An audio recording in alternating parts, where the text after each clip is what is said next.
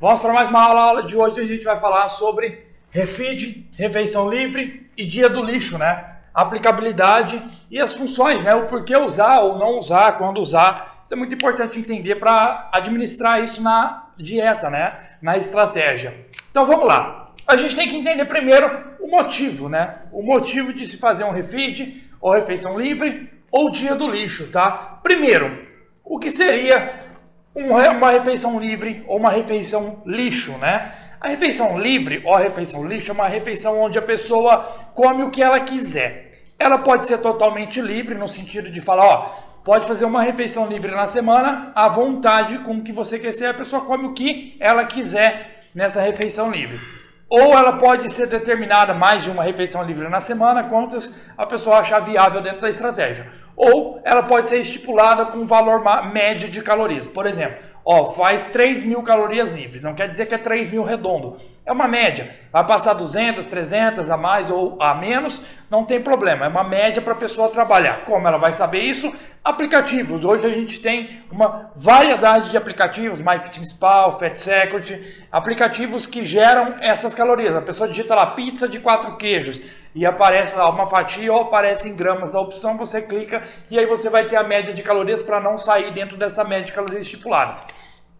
Pode ser dessa forma, por exemplo, 3.000 livres, substituir uma refeição da dieta para fazer, ou 3.000 a mais, 3.000 calorias a mais nesse dia, ou você vai fazer 3.000 calorias, 4.000, não, eu estou dando um número aqui exemplar, tá? Pode ser. Eu sei que você está curtindo o conteúdo, mas eu tenho um recado rápido para você. Esse é apenas um trecho de uma das centenas e centenas de aulas que você encontra dentro da Arena Coliseu. E eu vou ser sincero, a Arena Coliseu é o lugar para quem busca conhecimento de verdade, para quem busca aprender tudo sobre treinamento e nutrição, sem frescura, sem mimimi, sem enrolação. Não é lugar para quem treina fofo e nem para preguiçoso. Quer saber mais? Aqui na descrição tem um link com todas as informações. Agora pode voltar ao conteúdo. Valeu! 1.000, 2.000, 3.000, 4.000, 5.000, você vai determinar, você pode falar que vai ser uma única refeição ou fracionar em 2, 3 dias, pode ser substituindo uma refeição da dieta para fazer uma quantidade de calorias livres ou pode ser sem substituir calorias extras, tá? Isso é refeição livre e refeição lixo. Refeed, recarga, é o que? É que você faz uma refeição livre, só que praticamente adicionando principalmente fontes de carboidrato, focando nesse aumento da ingestão de carboidrato para fazer o que? Uma recarga energética de glicogênio, focar nisso, né? Então você joga lá um refeed, por exemplo, ó, hoje você vai fazer um refeed, você vai pegar uma refeição da dieta e você vai adicionar mais alimentos de fonte de carboidrato. Normalmente são alimentos que a própria dieta já tem, por exemplo, aumente o arroz, coloca mais açaí, sucrilhos ou alimentos que tem muito carboidrato na porção, densidade de carboidrato na porção. Assim você vai fazer uma recarga, um refeed.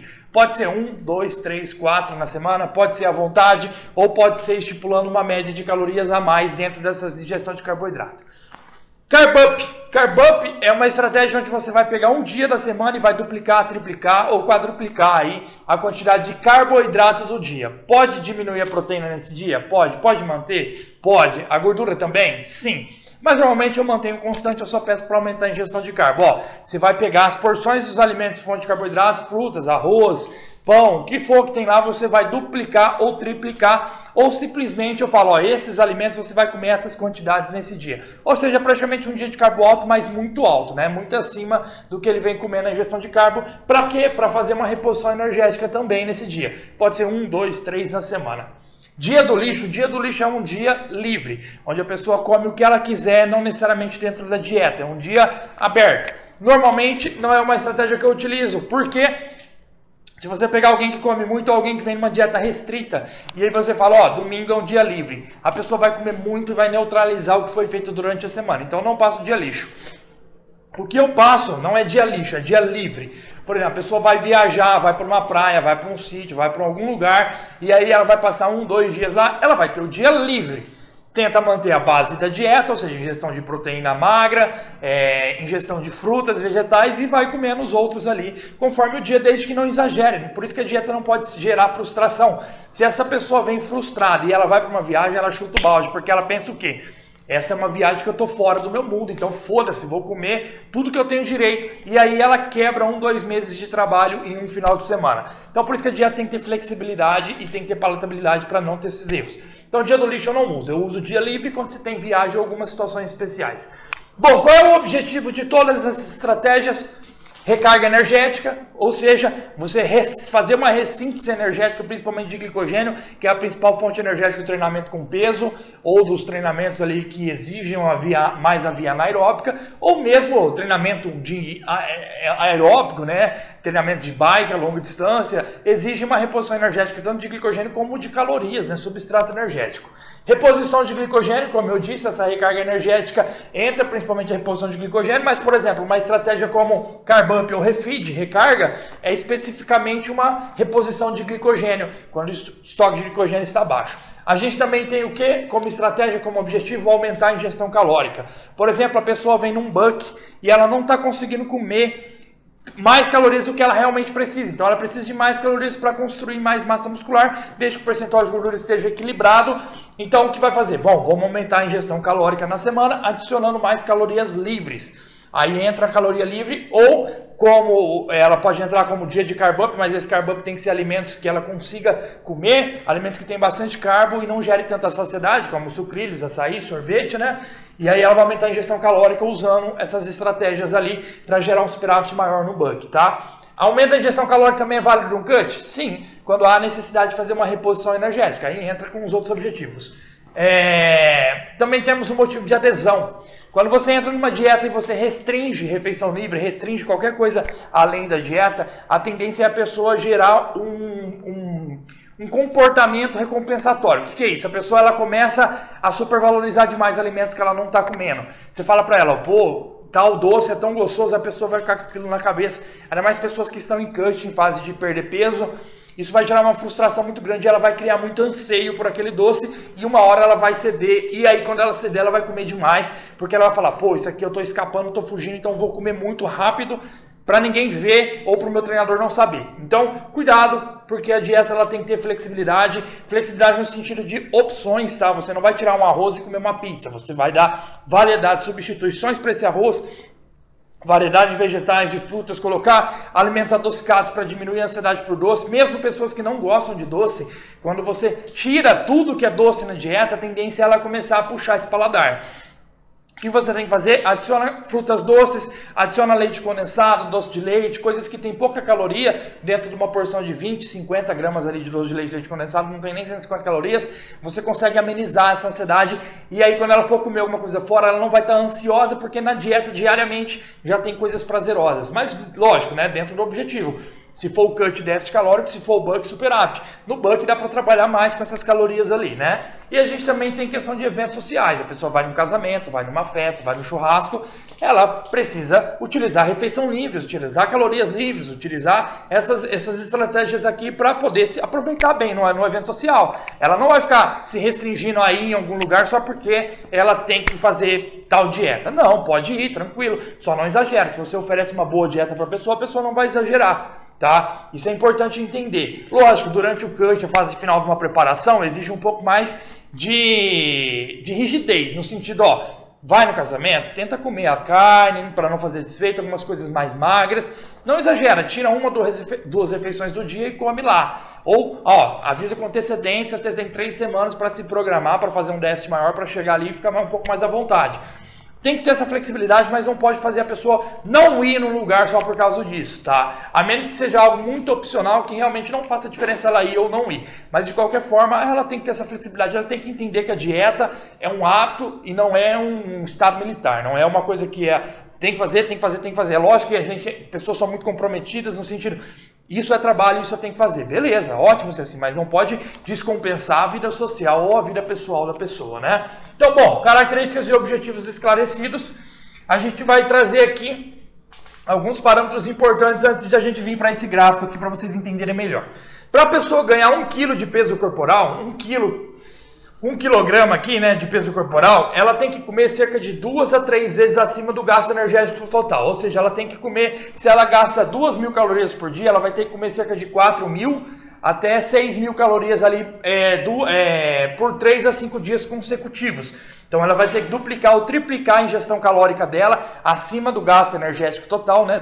Duplicar, triplicar a ingestão baseada no gasto energético total 2, 3 vezes acima, durante uns 3, 5 dias consecutivos ali para ganhar 1 kg de peso corporal. Isso vai dar uma média de 7.000 a 14.000 calorias ingeridas ali para gerar esse 1 kg a mais, tá? Essas calorias extras ingeridas aqui para gerar o 1 kg a mais no peso corporal. É lógico que quando a pessoa está depletada, né? Ela tem baixo estoque de glicogênio porque ela vem num déficit, a tendência é ela subir mais peso por estar com uma necessidade energética ali maior de ter que gerar uma supercompensação de aumentar o estoque de glicogênio, e isso vai puxar água e às vezes ela ganha peso com mais facilidade, mas normalmente um bom peso de água, né? Lembrando aqui, já entra nessa questão, né? 1 grama de glicogênio carrega 2,7 gramas de água. Ou seja, se o glicogênio muscular, a gente tem cerca de 400 a 600 gramas de glicogênio muscular. Cada grama de glicogênio muscular tem 2,7 gramas de água. Se a gente colocar 400 vezes 2,7, a gente tem 1.080 gramas aqui. Se a gente colocar 600 gramas vezes 2,7, tem 1.620 gramas aqui de glicogênio. Isso reflete no peso corporal, tá? Então, muitas vezes, quando a pessoa está depletada do estoque de glicogênio, ela come,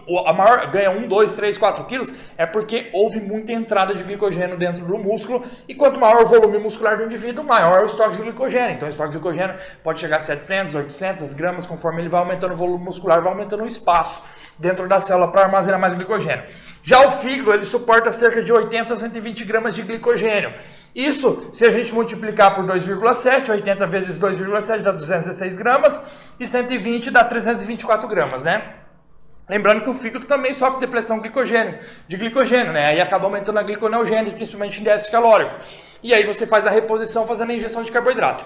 Quando a pessoa faz uma dieta cetogênica ou uma dieta muito baixa em carboidrato, a tendência é aumentar a gliconeogênese, produzindo mais glicose, e essa glicose pode ser direcionada para a síntese de glicogênio hepático ou muscular, tá? Dependendo ali como está depletado o estoque de glicogênio, nunca está zero. Por mais que a pessoa retire o carboidrato, a gente tem aminoácidos, a gente tem outros substratos ali não glicídicos que produzem essa glicose, e aí mantém pelo menos uma concentração menor de glicogênio ali, até porque o músculo precisa desse glicogênio para gerar energias para as contrações musculares, tá? Então a gente usa muito esse glicogênio, por isso que mesmo restrição de carboidrato, a gente tem a gliconeogênese fazendo essa glicose ali pelo fígado, para essa glicose servir de energia para algumas células. A gente tem na situação cetogênica a geração de corpos cetônicos, né?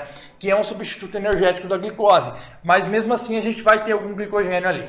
Bom, o músculo, ele é composto por cerca de 75% de água. Lógico, a gente entende que maior parte do músculo, o peso é de água, por isso que a gente consegue perder muito peso rápido quando a gente entra numa low carb, numa dieta muito restrita. Por quê? A depleção de glicogênio vai ser maior, por causa do déficit muito grande, consequentemente vai sair água. Para cada grama de glicogênio que sai 2,7 gramas de água. E vai sair sódio, tudo isso pesa, então você vai diminuir o peso corporal mais rápido.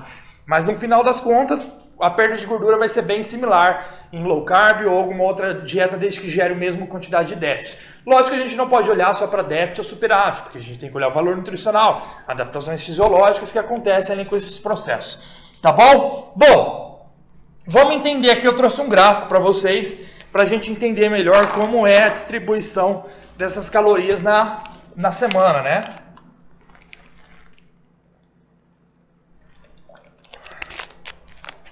Aqui, eu trouxe um exemplo bem simples. Lembrando que a restrição calórica, né, a médio e longo prazo, ela tende a diminuir o gasto energético total, a taxa metabólica basal em cerca de 10 a 20%. Já o